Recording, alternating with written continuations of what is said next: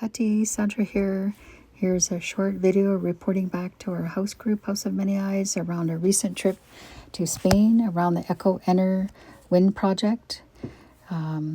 We went to explore our work with Ecoener around the Clow Creek Wind Energy Project. We previously had done work with Chinook Wind. Our recent trip to Spain was meeting with the staff and team,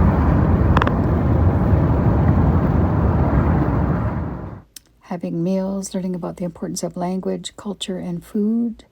We had a breakfast meeting with the Canadian ambassador, Jeffrey Martyr, and each of us groups shared our thoughts around wind energy, sustainable development.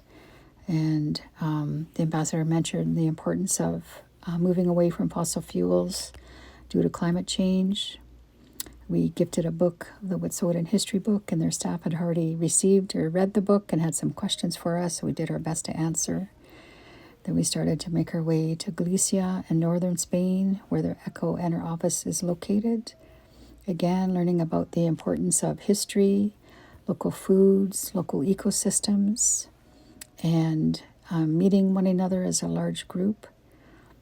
And the next morning, we made our way to a run-of-river project, a small hydroelectric project on the Minnow River, where there's many projects on that river. We visited the powerhouse that was locally built with local stone. We met the staff.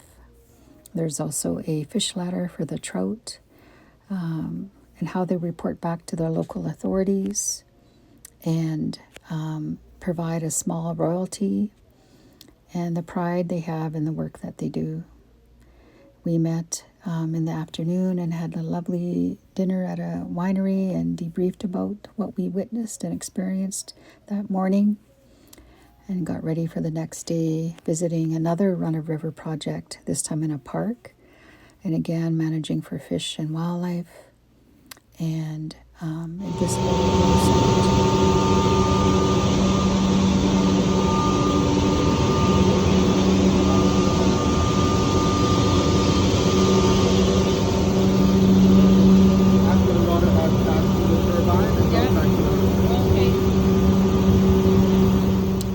so Jose was sharing where the water comes in, goes through the turbines, and comes out and generates a small power. That evening or the afternoon, we met with Louis, the owner of Ecoener, and answered any questions we might have around reconciliation, the voices of the elders and chiefs, the voices of youth, community perspective, and the importance of cultural heritage for sustainable development. We visited the oldest world lighthouse in the world, it's over 2,000 years old. And then the group of us started to make our way up to the north, or south actually, to the Gran Canaria Islands to visit the wind energy project. We got to see the different sizes, the smaller, older ones and the newer 5-watt ones. And the Clow Wind project is proposing a 7-watt project. We visited the control center, which is something we would need on the territory to monitor safety, outage, and how much energy is being produced.